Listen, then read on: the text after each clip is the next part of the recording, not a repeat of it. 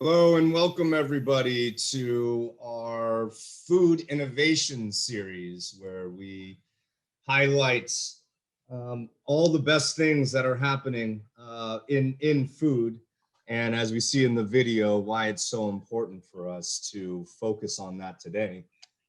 Our topic is cellular agriculture and fermentation, the livestock farms of the future. We are joined here by an excellent panel. I am here with Emergence. We are a emerging technology and climate tech investment banking team. We have each of these groups will introduce themselves. Zach Weston, Brian Rutzik, Jim Laird, and David Brandeis. Brian, I will pass it over to you to introduce some of our esteemed colleagues today. Super. I think you have my slides there, Elliot, somewhere. Okay, yeah, I'll get to that in a sec. So yeah, thanks everyone for joining. Really appreciate your taking your time to join our webinar. This is a fourth in a series of, I believe, 5 around the topic of alternative proteins. And we're excited to have you all here, as well as our panelists. We have today Zach Weston from Good Food Institute, GFI, which we have partnered with and been doing joint ventures on webinars recently around the topic.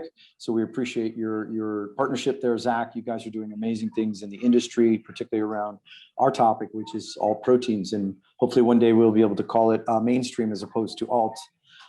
David Brandeis also joining us to talk about cellular agriculture, its future, its hurdles, and challenges. I'm really looking forward to hearing from David. And then last but not least, Jim Laird, founder and CEO of 3F Bio, which I understand, Jim, you have recently rebranded to Enough. Congratulations on that. And Jim's here to talk to us about the space, fermentation, and his company with regard to alternative protein sources. Before I jump into the individual panelists, very quickly myself, I am Brian Rutzik, CEO and co-founder of Earth First Food Ventures. And as our name implies, we are a holding company, not a fund, a holding company.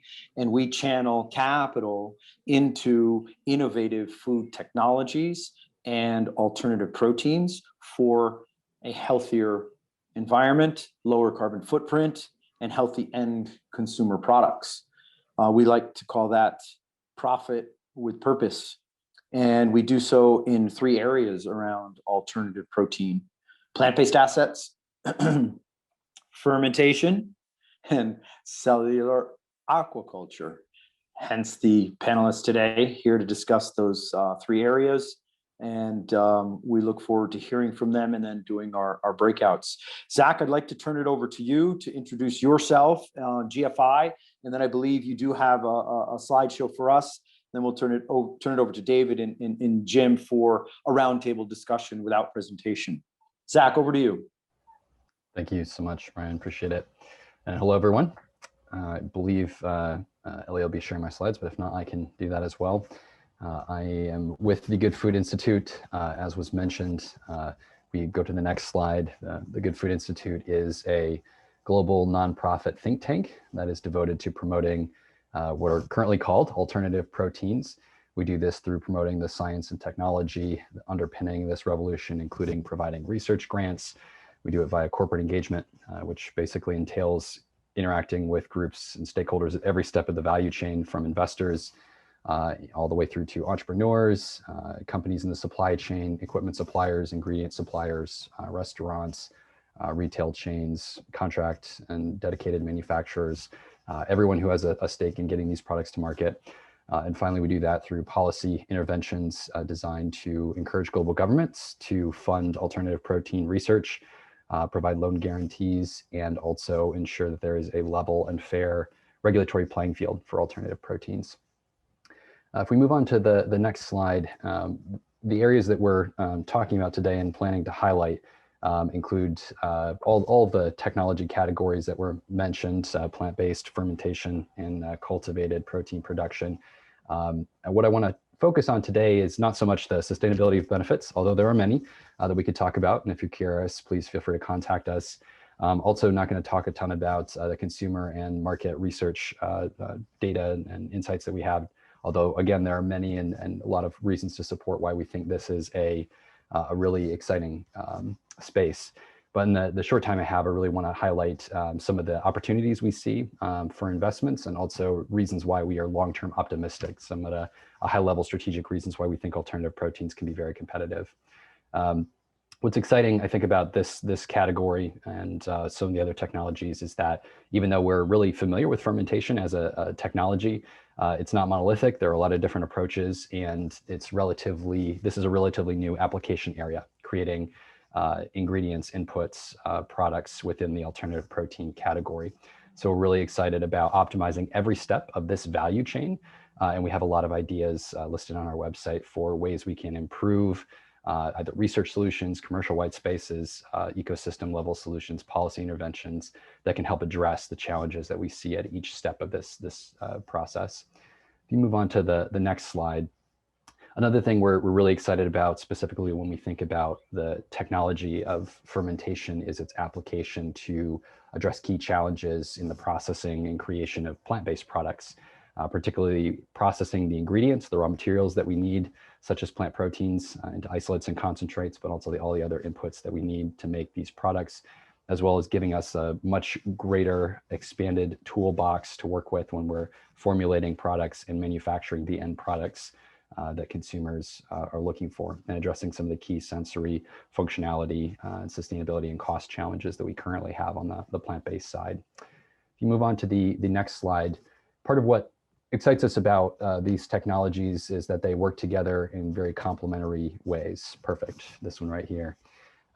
So we fully expect that as these products enter the market, particularly some of these newer technologies like precision fermentation or cultivated technologies, that they'll enter in a combinatorial way. So a good example of this is the Impossible Burger, which leverages soy as its plant protein, but is also utilizing precision fermentation derived soy-like hemoglobin, heme molecule, to add additional color, taste, aroma benefits.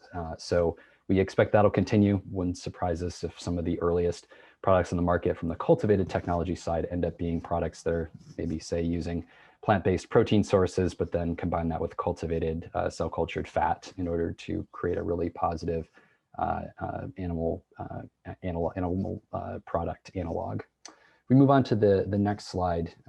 Another area, in addition to sort of the complementary benefits and synergies of combining these in an end product, we're pretty excited about the ways in which we think these different technologies can utilize different fractions of the crops that we are growing, or the different sources of biomass that we're sourcing, including things like algae, bacteria, or fungi from the fermentation world.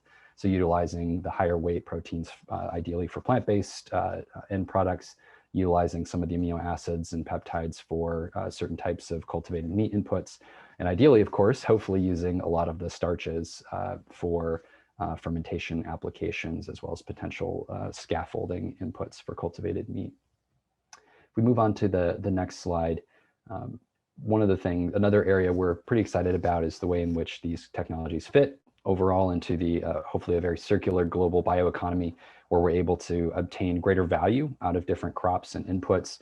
We're able to utilize co-products and create co-products that can be utilized by other sectors within the bioeconomy, and utilize synergies as well that extend beyond that, including the use of infrastructure, the use of talent and labor, and existing bioprocesses that we're already familiar with. And hopefully these technologies that we're working on create some value themselves in other parts of the economy. For example, perhaps the technologies we're developing right now for cultivated meat, producing muscle tissue very quickly and rapidly on a large scale cheaply, could be eventually used and brought back into the tissue engineering sector from whence a lot of that knowledge came, in order to make that more effective.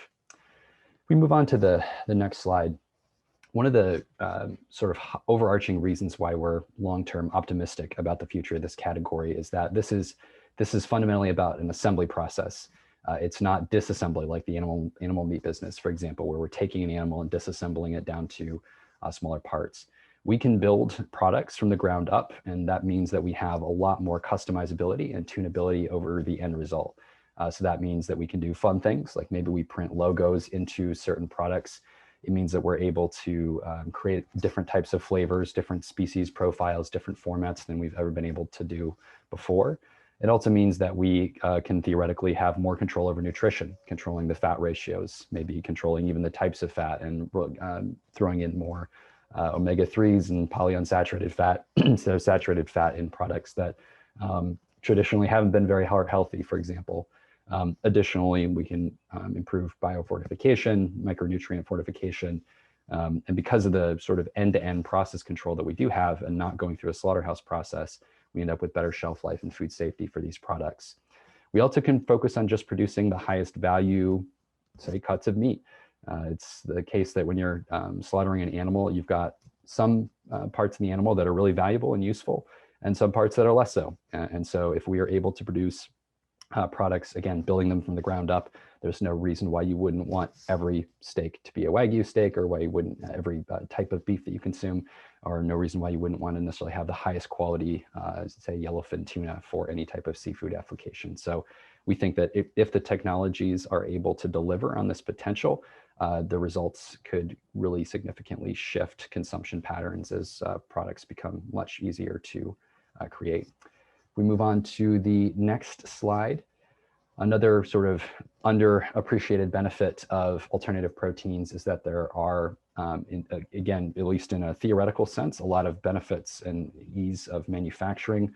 So it's very fast to produce. If you want to just start up producing, say, beef or pork or chicken, you're talking about an order of months, if not years. With alternative proteins, assuming you have the ingredients stored, which a lot of them can be stored in dry ambient temperatures, you can start up a production live and have products moving off the line in days, or in some cases with certain technologies in hours. So the faster production does allow for shortening of feedback loops, can reduce supply volatility, can reduce price volatility, and because of the way in which it's configured, can make certain types of production easier, such as urban production, since you don't have as much of a potentially a land footprint, maybe remote production, say on naval warships, or inland production of seafood in places where traditionally it's been very difficult to obtain seafood, all of a sudden become very plausible. We move on to the next slide. We really think of alternative proteins as reframing the meat, egg, and dairy categories, and ideally moving them more towards being just overall protein categories. It's really important to note that this is not something that alternative proteins are even necessarily the biggest drivers of. Meat itself has already become very abstracted away from the animal over the past few decades. That's happened with the advent of urbanization, industrialization of the food system, and has been really supported and enabled by underlying technologies such as boxed beef and cold shipping. So we think that that's already shifted the definition of what we consume. It's more and more about convenience, more and more about further processed cuts and formats. And we think that this is just sort of the next step in that evolution, that meat and also eggs and dairy are becoming less about being defined as this is a specific hunk of animal-based tissue, and more about a particular set of functions. Maybe it anchors the center of my plate, and also a certain set of experiences that we come to associate with meat. Maybe it's a certain grouping of flavors and textures, for example.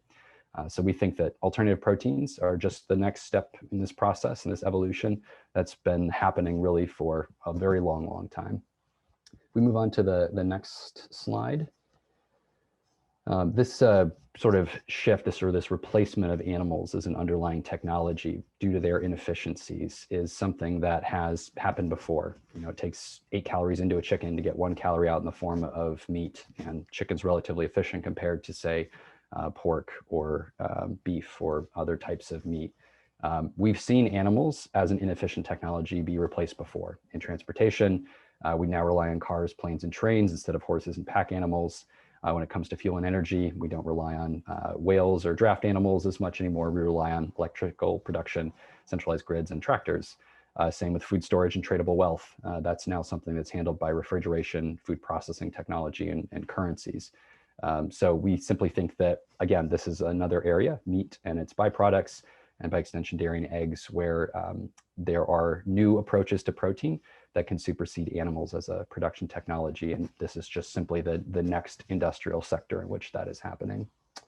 I'm going to close with two final slides here. I believe these slides will be, the rest of my slide deck will be made available. It goes into a little bit more depth on some of the investment needs in the alternative protein category and the reason to shift to more infrastructure financing. But at a super high level, I just want to note that such significant shifts in protein consumption have happened before. Chicken has been the growth story of the past 50 years. And has really significantly displaced a lot of beef and pork and other types of meat consumption. And this has happened, this chart is from the United States, but the charts look very similar globally. But we're increasingly seeing things like plant-based and alternative proteins become that fifth center of plate protein category. And we don't think it's very long before they'll actually end up being even bigger in some cases. So if you move on to the last and final slide here, a good example of this is in the US. If the typical American were to eat about 2 3-ounce servings of plant-based meat a week, plant-based meat would replace seafood as the fourth most popular center of plate protein category in the US. So we're obviously a little ways from being there. It's certainly not that large yet, but it's very plausible this could happen within the relatively near-term future. So with that, I'll thank you and turn back over to you, Brian. Thanks so much, Zach. Very, very much appreciated. For those of you who aren't familiar with Good Food Institute, please do go on their website, sign up for their newsletters, read their research. You can even donate right over their website. They are a nonprofit, and GFI's sole focus is to bring entrepreneurs, capital, government, public policy, and anything that they can use to influence the strengthening and growth of the alternative protein space. So do go on their website and support them. Phenomenal organization. We love the partnership. David, over to you to talk about cellular agriculture. Why don't you introduce yourself, give us a bit of your background, how you got into this space, and tell us about the excitement and challenge of cellular agriculture from your perspective. Sure, Brian. Thanks so much. So yeah, let's take it one by one. I'll try to introduce myself and then happily talk about also the challenges that we're facing and how we're solving them. So I'm David Brandes. I'm managing director and co-founder of Piece of Meat. Piece of Meat is a cultured meat producer and a leader in the space of cell cultured fat. So as Zach alluded earlier, cell cultured fats are typically used in hybrid products, as explained well earlier, and are potentially the first category of cultured products to come to market. So how did I get into this space? I guess my passion really evolves around what Brian calls capital with purpose. I call do well by doing good. So I guess it's the other side of the same thing. And it's really for the planet, for the animals, and for innovation. And this means that ultimately I'm seeking to generate business opportunities whilst also reducing human destruction of our planet. And I believe that our food system really offers the highest impact opportunity here. And in particular, the emerging field of cultured meat, as we learned before. So what are impediments? Brian, you want me to get right into it? Are we having a discussion? Are we, what's the, mute? I'm talking to the wall here. Why don't you stay focused on your sector and your industry as it pertains to cellular agriculture as an alternative protein, and then I'll let Jim separately go into his division around fermentation. We're going to open it up separately in the breakout rooms after this, David. So yeah, focus on your sector. Yeah, very happy to. So, I mean, first of all, I do believe that for a variety of reasons, cultured meat is holds just so much opportunity in order to tackle the largest environmental problems that we're seeing. I mean, just as an example, 70, and we all know those figures, right? But 77% of land are currently used either for direct livestock farming or for the feed to produce in order to feed livestock. So that is the reason why we're cutting back rainforests. 15.5% of all greenhouse gas emissions, which is more than all means of transportation together, goes straight into feeding animals or producing animals. And over 70% of all anthropogenically used water goes into producing mainly cattle, but also other meat products. That, by the way, translates into, so the water used to produce one burger is equal to the average monthly water use of a EU citizen, right? So if you're if you're telling your kids to to shower less or to use less baths and use less water, I mean, if you were just reducing the amount of burgers or meat consumed in a household, you'd have a much higher impact, and that is without talking about the 77 billion of animals slaughtered each year, which is roughly 1 per person per month, not even counting any of the fish. So I think there's plenty of reasons to be active in the space.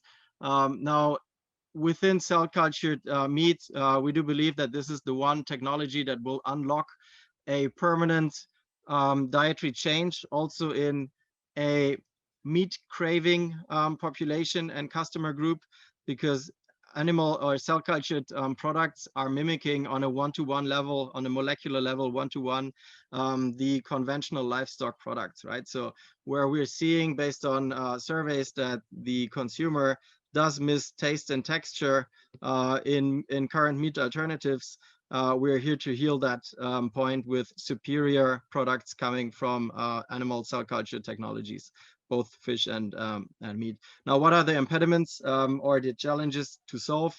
I mean, I think there are 2 categories I'd like to call them. One category is can be solved by capital or by capital with purpose, for example, through EFFV, and the other category cannot be solved by capital, but can only be solved by reducing bureaucracy and improving the regulatory pathway, right? So on the first category, what is the capital needed? There is a nice study that was published from BCG and Blue Horizon, where it's estimated that we need 30 billion investment globally. That I think translates into roughly 10 billion across Europe, looking mainly at Europe here, in order to have cultured meat become a reality. That goes into CapEx, so bioreactors and variable costs such as growth media and reducing the structural cost of growth media.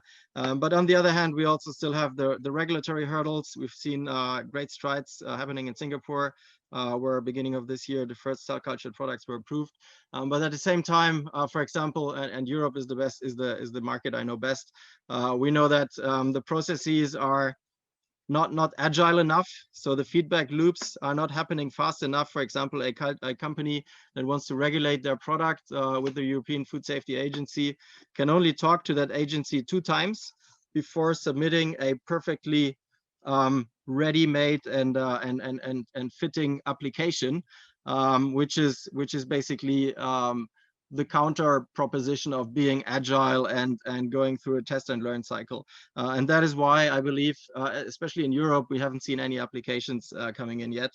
And at the same time, also in the US, I believe the FDA is still struggling with their regulatory framework. So I do hope that we see some advancements happening here soon as well. With that, I'll pass it back to you, Brian, and I'm happy to take any discussions later on. Fantastic. Thanks, Dave. Sounds like the regulatory environment is a big hurdle for that entire industry around cellular agriculture. Maybe we can discuss that in the breakout rooms later. I thank you very much, David. Just very quickly for our participants on the webinar today, David Brandeis is, full disclosure, David Brandeis is an international advisory board member of Earth First Food Ventures, just for our participants to be aware, full disclosure.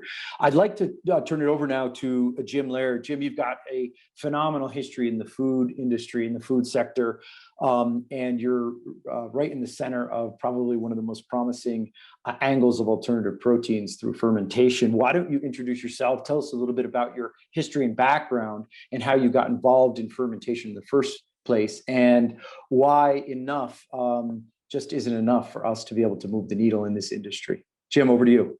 Thanks, Brian, and thanks to the full team. Really pleased to be part of it. Personal background is I have been in the food industry for 25, 30 years. I started running beef burger factories for Unilever when Unilever believed that animals were part of the answer, and I celebrate the fact that they've moved on and jettisoned that part of their portfolio. I moved through salty snacks, which was delicious, and somewhere along the way, I ran the brand Corn from internationally from about 2008 till 11. So I guess I've been in meat alternatives, or I've been in protein all my life, and been in meat alternatives for some time. And I just heard Zach say with reasons we've got to be optimistic about this category. And I think, Brian, you said as we started, we rebranded 3F Bio to Enough. And we rebranded it to Enough because why are we optimistic about this category? Because there is no option.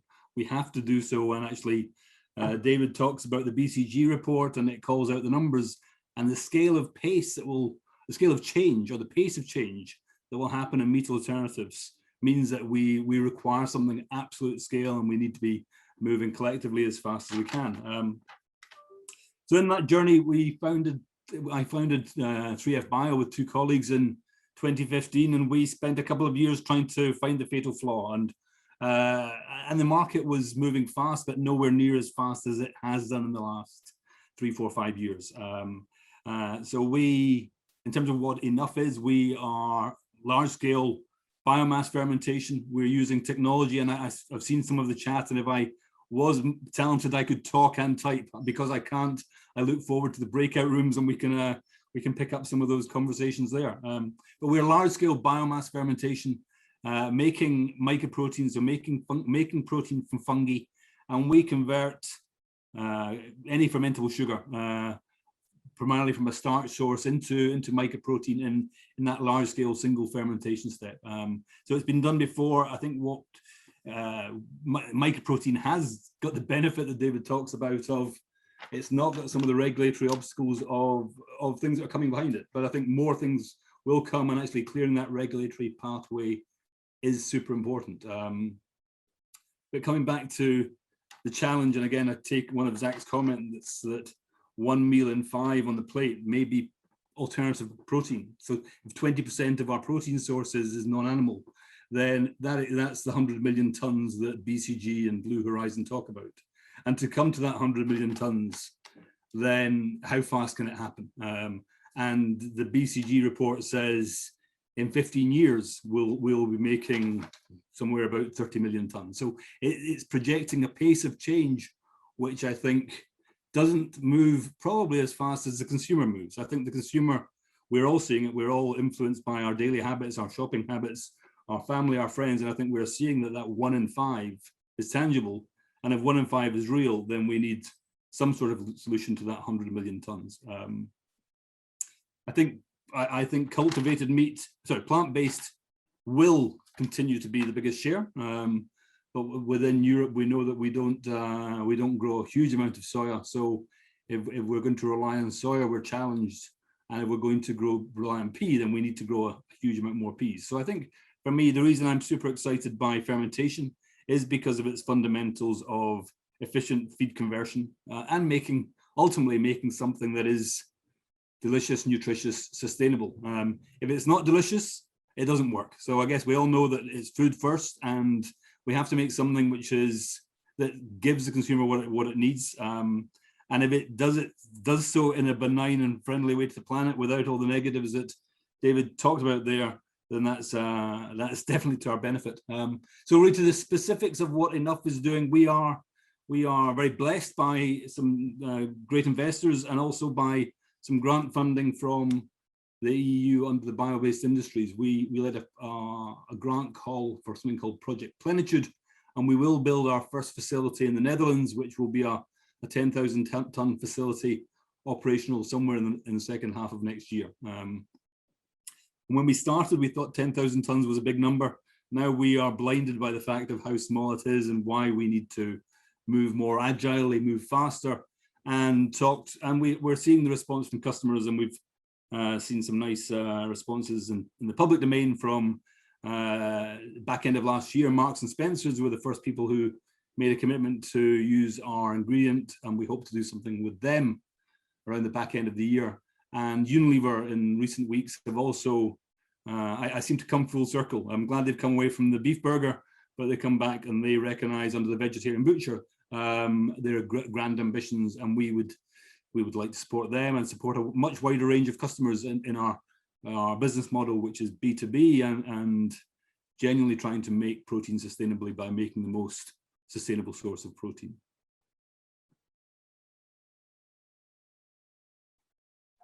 That's excellent, Jim. Thanks, much appreciated, and appreciate your insights on on the industry. It's moving at breakneck speed, and I think it's probably one of the more exciting alternative proteins out there.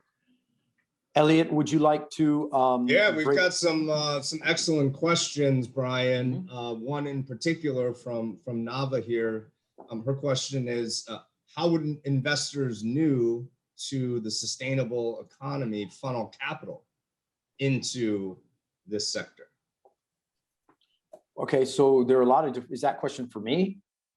Yeah, it sounds like it. Yeah, question for you. Look, and there are a lot of others, different. There are a lot of different ways to participate in the sector today. There are not tons of funds focused on alternative protein, but there are a handful of very, very well managed funds with great GPs that are moving the needle on the space.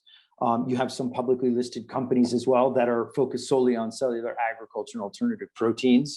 Earth First Food Ventures ourselves, we aren't a fund. We are a holding company, very similar to what some of our competitors do, which is put capital to work in these three separate areas: plant-based, cellular agriculture, and fermentation, as a diversified holdco around the opportunities, not in one area, but in all of the sectors of alternative proteins. So I think the opportunity, the industry needs tremendous amounts of capital over the next 5 years, massive amounts of capital.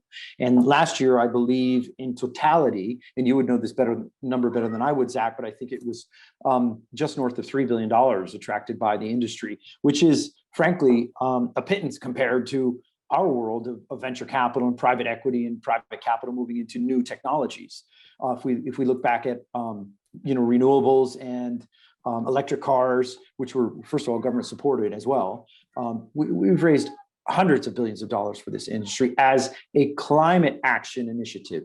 Food hasn't yet hit the radar for governments and sizable amounts of capital as a climate action initiative, and we believe it's coming. And the $3 billion from last year, this year will most likely be 6. The following year will be 20. It's coming, but the scaling, Jim, as you mentioned, of the industry requires massive amounts of capital.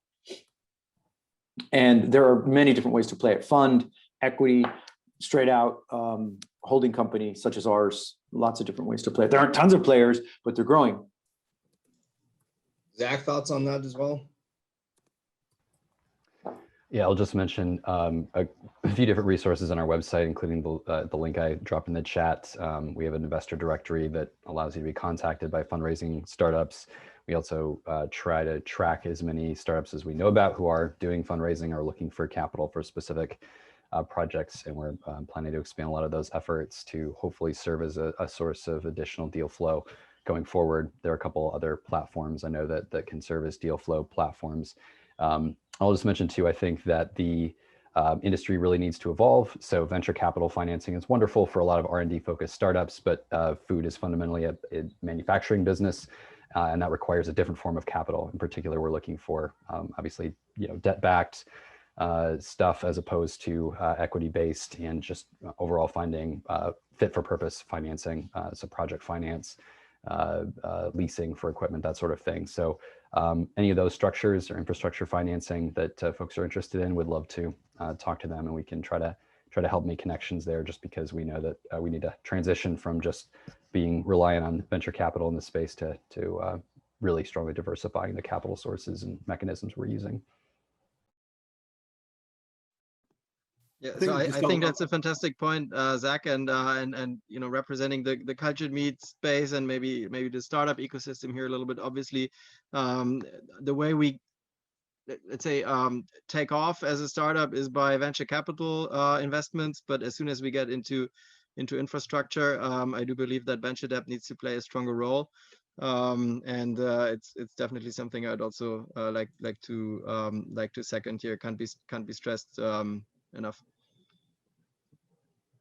Yeah, I was just going to pick up there was a great report from GFI and the GFI Delft report, and I think just combining that with the Boston Consulting Group numbers, I think David, you mentioned something like 30 billion. I think the estimates, if we use the CE Delft numbers, are somewhere north of 3 to 5 times bigger than that. And I guess that's where, if we're going to make 6 million tons at 300 million for 10,000 tons, it gets to something very big very quickly. And Jim, we'll stick with you. There's a couple of questions from Ravi on fermentation, and is there new technology today that allows for that has changed the fermentation landscape in terms of allowing for larger scale?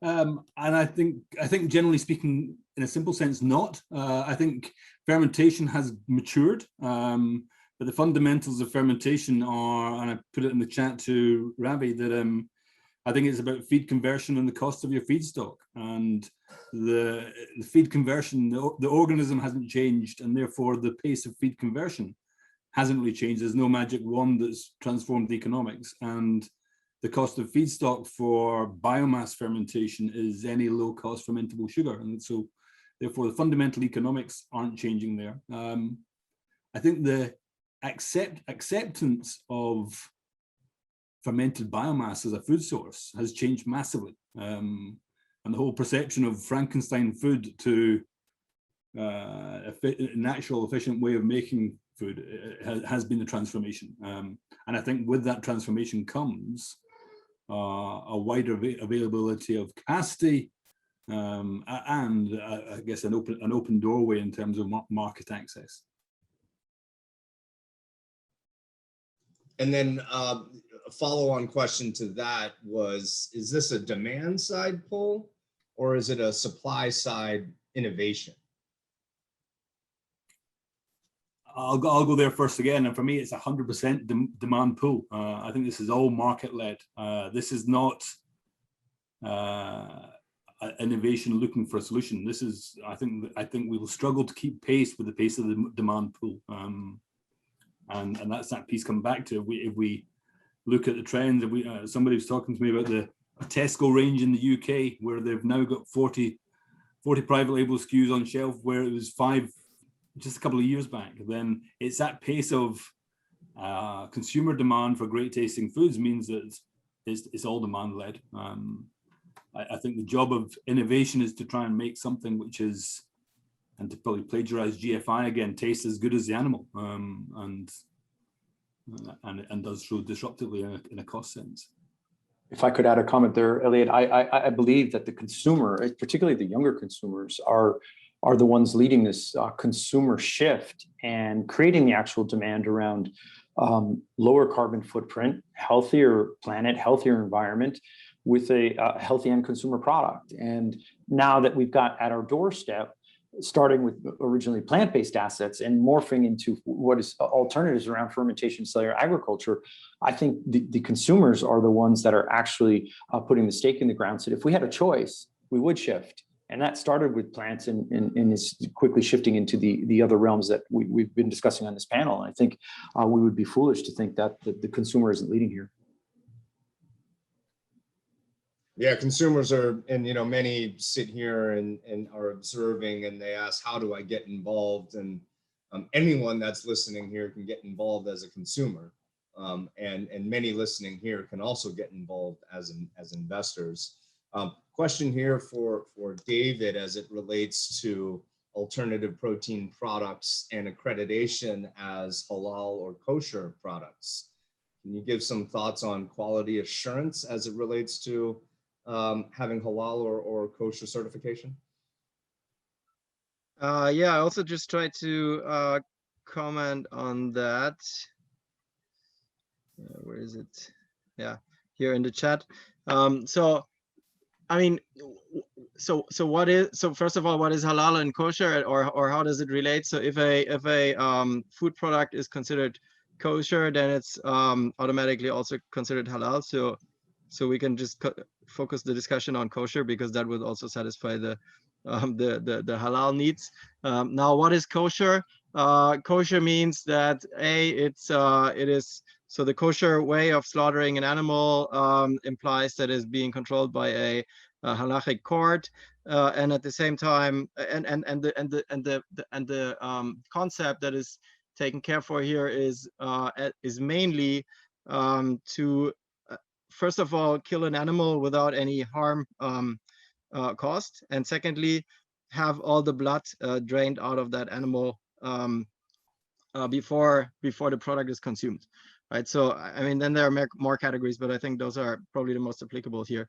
And I think the first point here, where we talk about harm and harm, kind of harm coming to the animal, that is completely covered for, because in cultured meat, we're basically growing cells, right? And then depending on where you get the cell from, but for example, in our case, where we're growing cultured fat and we take a fertilized stem cell, a stem cell from a fertilized egg, right? Basically 2 days after fertilization straight, so there is no animal harm. And then we're also culturing cells, but not blood, really, right? So there's not going to be any blood in the final product, which, from my opinion, complies perfectly with the main rules of a kosher product, and therefore a halal product, if that makes sense.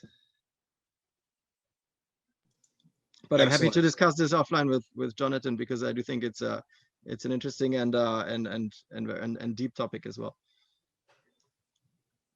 Thanks, David. And we're getting questions around manufacturing capacity, and when will we be able to manufacture and keep up with the demands that we're talking about from consumers?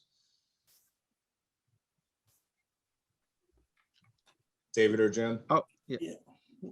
I'll jump in. I think the Boston numbers, BCG numbers, and the Blue Horizon report, it says 350,000 tons of microbial fermentation by 2025, 15 million tons by 2030. So we're talking 1.5 million tons of new demand every year. And I think the first thing, and those start to become big numbers. To keep pace with that, and as I said, we're building a fermenter which is going to be 10,000, maybe a little bit more, 10,000 tons per fermenter. So 1.5 million tons a year means we've got a lot of those coming on stream every year. But it's doable. I guess what we've seen in other sectors, it's touchable, it's doable. But it means we have to move faster, and others have to move faster as well. When will it happen? When will it keep pace with consumer demand? I think at the moment, in the alternative protein sector, soya is doing the best job it can of being the mass volume, because pea and microbial fermentation and others have not got have not scaled as fast as soya can scale. And I think we're talking fermentation and cultivated meat here. One of the things that both technologies have that maybe the plant options don't have, and it's referenced in the chat somewhere, is they are all locally grown. They're locally grown using feedstocks that can be accessible at all times. And I think I guess the other dynamic we've seen globally in the last 6-12 months is the impact on global supply chains of challenges, whether that be the Ever Given getting stuck in a canal, or whether it be borders being shut for other reasons. And certainly that, I think, for one of the benefits that both of the technologies have is the ability to shorten value chains and use locally grown feedstocks to make close to the point of consumption. I diversified your question slightly, but I think that, for me, that's super important. And to come back to the heart of your question, I think they just about are now, but I think the pace of growth, and that report says 75, we're all seeing the US growing at 50% in market demand growth. And I think the trends are going above that. And as we get to 50 to 100% CAGRs, then supply chains have to work hard to keep pace. Brian, did you have a comment? I was just going to say the ability to produce locally for local consumers is the equation for the environment and carbon footprint. I think we have a pretty good playbook to borrow from here in the rise of renewable energy investments. So that we've seen that balloon to, the latest numbers I have, for about $301 billion for the year 2019 globally. And that's about a 15% compounded growth rate, or 8x where it was 15 years before that in 2004. So even when you start from a pretty high base, still the ability to sustain that level of infrastructure investment, which has very similar demands in that you have a lot of front-end loaded R&D costs, you have very high CapEx that you can amortize over the long lifetime of that asset. it still has as an asset class replacing, this traditional conventional infrastructure that has a lot of, sustainability disadvantages. There are a lot of comparisons there, and we've been able to make very impressive progress in the renewable energy space. And so that's where I ultimately draw a lot of inspiration from, that we will be able to make this happen on the manufacturing side, because we're able to do distributed infrastructure. We're able to also do a very highly centralized and highly scaled facilities. So I think we're going to be able to do it. It's not inevitable. It does require, of course, a lot of work and a lot of creative mechanisms to de-risk financing, to sort of support the pioneer plants and the pioneer technologies and companies that are commercializing new to the world tech, and then hopefully allowing that to make the market safe for a lot of different capital providers. Great figures, Zach. Sorry, Elliot, the 309 billion in renewable energies 2019, this dwarfs the capital that was put into alternative proteins just last year. So you stack it up together, $3 billion into alternative proteins and 300 billion into renewable energies. I think it's only a matter of time. And this is the whole purpose of these webinars. It's not just raising capital movement, it's also raising awareness. As we raise awareness, the industry stands on its own 2 feet, right? But $3 billion, we're not going to make it. We need that 300 billion, as Jim said. It requires massive amounts of capital. And I think I would venture to say that our renewable energy industry took off globally when we found public policy and government supporting the shift away from fossil fuels. And I think it's only a matter of time before we see the Biden White House, and I'm now jumping out on a limb here, the Biden White House with their progressive agenda, and Brussels with their progressive agenda that just yesterday, I believe, voted in Parliament to ban caged animal farming. For the chickens in the pens, et cetera, et cetera. And that was a huge vote and very progressive decision on their part. I think it's only a matter of time before we see governments get into the game, because they don't want to miss out on this. This is a climate action initiative, and I think it's one of the few missing pieces in our global warming and carbon footprint that we haven't tackled yet, which is food. I think on top of that, you also see more and more constraints from, let's say, institutional investor degrees of freedom, where a certain compliance with ESG conform investments is just expected by their LPs. And from that perspective, the whole future of food tech is serving a huge market, but at the same time is underinvested as compared to, as Brian alluded to, the energy sector. So it just also logically, I think, makes sense. And when we talk about traction and demand, so it's not just the consumer demand, but also, I think, really the sheer investor demand to support that that field as it is a strong contributor to ESG conform policies. And David, along those lines, when we think about investment into the space, economics of how the cell ag function actually works, right? And when will, because right now it's very expensive. So, what are your thoughts around timing for when cell ag actually becomes, the economics actually become more sense? Well, I mean, so first of all, we also need to think about the baseline, and if the baseline is conventional meat, then we need to understand the underlying subsidies that industry is receiving, which, to my knowledge, in the US is around 30% for all those stables that farmers are constructing, and that translates into, and I'm always talking euros here, but translates roughly into 9 euros per kilogram of conventional meat produced. So that does not include, so that is kind of net of the subsidies, which could be then the benchmark to work against.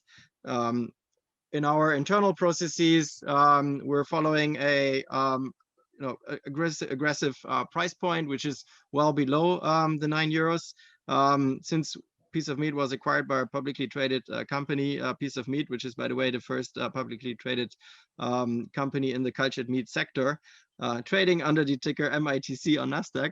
I can't disclose any non-public information here, but it is, so our target price point is well under the €9 benchmark, and we're confident of getting there by around 2027. So that would be, you know, let's call it 5 to 6 years from now.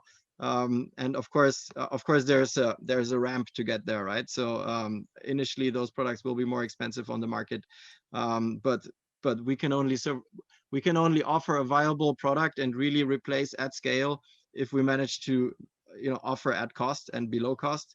And there are very credible pathways to get there in the next 5 to 6 years.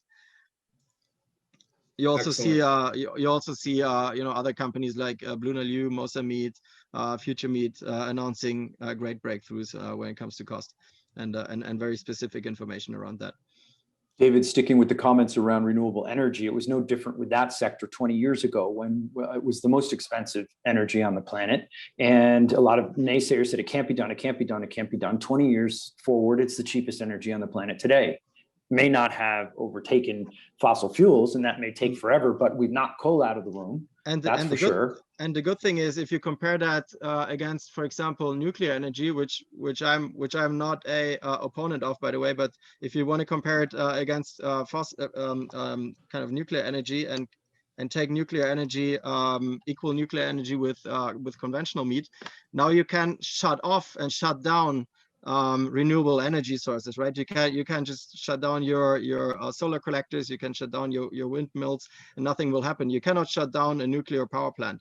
Likewise, you cannot shut down a farm producing livestock meat, because what happens is you have to send those pigs to waste, and we've seen that happening in those bull kind of bullwhip cycles over the pandemic. However, the supply chain is much more resilient from a, you know, cultured or fermented perspective, and that is, I think, another very nice parallel to the energy story. Agreed. Switching the topic here to geographic regions, are you seeing particular, and this is a broad question to the panel, are you seeing any particular regions that are leading the way here, and in particular the GCC region, in the Middle East? Is there any interest in that region in food tech?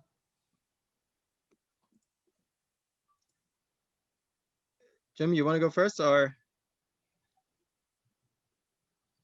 I was merely typing an answer, so when I finish my answer and then I pick up after you, David. That's over to you, David. Typed. Okay, so the question was geographical interest with a particular focus on GCC. So on the one hand, I mean, I'm talking about cultured meat always. So we have seen Singapore being a lead market, and we do see other Asian markets following suit and being very interested in basically copying the Singaporean model. Europe and the US, I think, will take 2 to 3 years for meat, not for seafood. Seafood will come earlier in the US. And now specifically to the GCC, I believe that there are a couple of independent jurisdictions in the GCC that A, have the capital, and B, have the legislative autonomy to move very fast. We are in touch with a couple of those entities, and I can tell you, without mentioning, I think the companies per se, that especially in the GCC region, there is a very big interest, and not only interest, but also potential to regulate those products quickly. Interest you will see everywhere, but the potential to regulate product, talk about Europe, is rather low, right? Because of bureaucracy and in kind of unflexible processes, as I think was asked before here in the chat. However, in the GCC, we both have interest and potential, and that's a powerful mix. And maybe from the flip side on biomass fermentation, I think the demand is where it's much more near in, and it's wherever the consumer growth is happening. So I think it's equally applicable in most geographies. where I think the US led, or North America led for a long time in pulling in investment dollars to energize the sector, and I think that's in it. It's done so in its brands, and those brands certainly have fulfilled that role of energizing the sector, and which has just lifted the whole opportunity. I think Europe follows, and I think there is that's from investors and also from policy. And I think it's an interesting point that comes out as to what energized that renewable energy. It was public policy led. I think the degree to which we see public policy really transforming consumer behaviors is still to be energized further. But in terms of biomass fermentation and its market applications, then whilst we're focused in Europe because we're in Europe, I think we would see the relevance in every other territory, and I think our choice on in our kind of horizon in the next 2 or 3 years is how fast we can diversify our focus whilst maintaining enough of a focus to be successful in our near-in plans. But when I say that, I think it's about I see there's no point in making protein in Europe and shipping it to Asia or vice versa. I think we have to, if we want some sustainable protein, we should. Whilst ocean miles are not the biggest challenge, I think that whole philosophy of using locally grown feedstocks and fermenting locally, for me, has to be the right answer. And I see it in every territory. We would love to find a way of energizing activities in areas where there is genuine protein deficiency, and it's on our horizon. But we start at the moment with our European activities. So then this begs the question, Jim, and this is for both you and David, isn't your technology at the point where when you're ready, when you have FDA approval in shelf space, David, and I know that's a few years down the road and you're around the corner, Jim, isn't it as simple as copy paste? If you had $1 billion in your back pocket from grants and green bonds and capital markets finance, et cetera, isn't it as simple as setting up a new enough factory in China, in Brazil, in Middle East, copy paste? I think largely, I think clearly the obstacles of regulatory challenges will exist in some markets, but for what we do, those are relatively straightforward. So I think largely it is, and to come back to the BCG numbers, for microbial fermentation, 22 million tons of capacity by 2035. It's about 5,000 days away, and if I was to think of it, that's 22 million tons. It's an awful lot of fermenters to be put up in the next 5,000 days, but it is as simple as copy paste. And I think I'm going to leverage Zach's insight on the renewable sector as to they've shown the way. Capital is not the constraint, and copy paste is a model. So we're running up on the end of our time here. Unfortunately, we aren't able to do the breakout room functionality from technical difficulties, so I apologize for that. So in lieu of that, if we want to go around the horn with some final thoughts on the space from each of you, we'll start with Zach, then go to David, then Jim, and then follow up with Brian. So final thoughts from each. Yeah, I think I'll just note that this is going to be both regulatory frameworks for the foods themselves and approvals, as well as, of course, governmental support in the form of R&D funding, loan guarantees, de-risking measures, and those can come from not just governments, of course, but a lot of different institutional impact investors, including potentially development finance, multilateral finance institutions, high net worth individuals, foundations, endowments, et cetera. All of that is very key drivers. And I think the jurisdictions where you're going to see hopefully the fastest, or I would anticipate the fastest uptake, is where there is a sense of global competitiveness. So this is, we think of this as a new space race. Agriculture is the biggest employer on the planet. It's the biggest land user on the planet. Particularly the industrialized animal protein ecosystem is responsible for more greenhouse gas emissions than any other sector. We're fundamentally trying to rebuild that. So that's a type of national technological competitiveness that we really hope that a lot of different countries see as this century's version of the space race. Any country that has a widely dispersed population, any country that's an island nation that has limited land and large amounts of population, particularly nations that have highly urbanized populations, or for whom food sovereignty is say a geopolitical need or very strong desire. Those are going to be, I think, the countries that are going to lead the way. And then hopefully, of course, that prompts other regulators, other governmental funding groups to follow. And yes, we're just going to be following the example of pharma, of biotech, and of renewable energy, and it comes to building out the capital stack for this industry. And really appreciate everyone's attending, because hopefully we can all be part of doing that together. David? Yeah. So now I'm caught between Jim, who knows all the numbers of the BCG Horizon report, and Zach, who so eloquently answered that question. So I'll keep it very short. Yes, I think it is a space race, but also as a message to investors, I think this is not too late to get into this game. It might feel probably a little bit as an outsider, as if all, let's say, the leading companies or winning bets have already been allocated funding to. The reality is, and that's also based on GFI data, I believe that they're now in the cultured meat space, 76 companies active. Probably 50% or so were founded in the last probably around 12 to 18 months. The race is just starting. And we would really like to invite everybody everyone who would like to participate here, be it on the investor side, be it on a contributing side, or as a consumer, to reach out and be active. We're just getting started, and the cards are not dealt yet. Thank you. So again, just thanks to Brian and to Elliot for hosting. I think for me, we do have to taste as good as the animal. We do have to cost not more than the animal, and then we have to do it fast enough to meet that consumer need. And it just, if I play with my numbers again, we have to build a 10,000 ton fermenter every 2 days for the next 5,000 days. So Tim, what does that tell us for stainless steel requirements globally? Let's calculate that one time once together. It's an opportunity or a risk.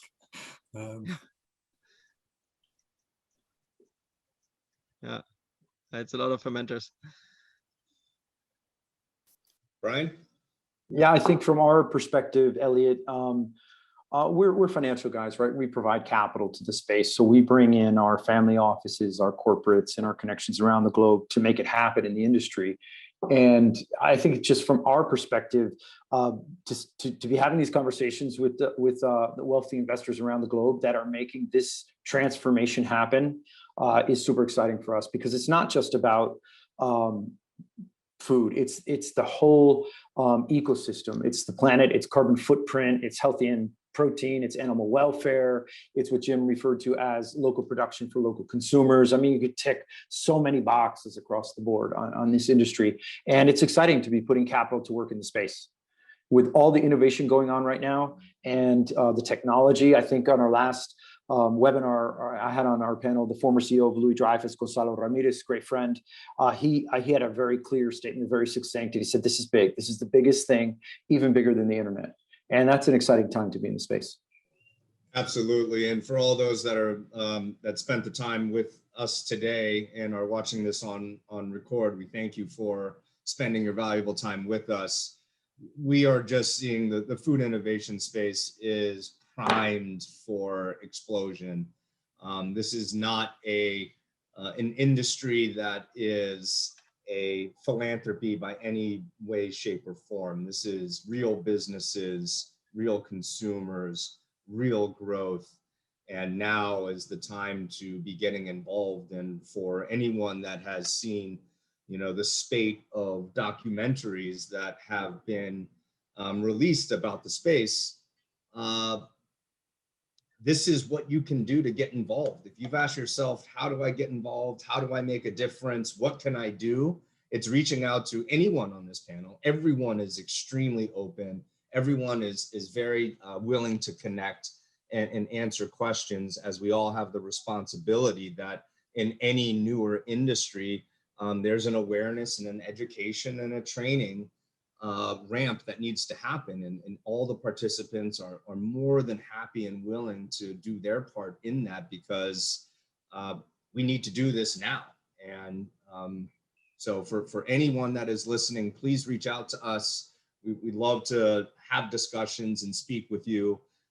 We thank you for, again, spending your time with us in our food innovation series, and we look forward to having you on our next one. With that, we'll close out, and we will be in touch again. Thank you very much. Thank you, everyone, for joining. David, Zach, Jim, Thank you. thanks so much. Elliot, as always. Thanks, Bye. guys. Bye.